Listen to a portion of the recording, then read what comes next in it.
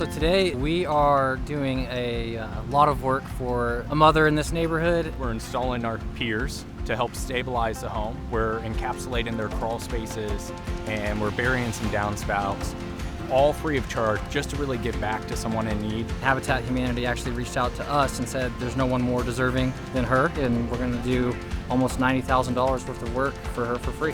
When I found out we were selected, I was so happy. This home means a lot to us because this will be our first property ever.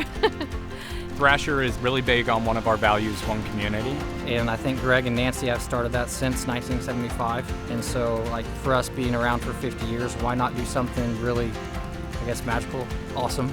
I don't know how else to put it. Like, I've never been a part of something that's really given back to this magnitude.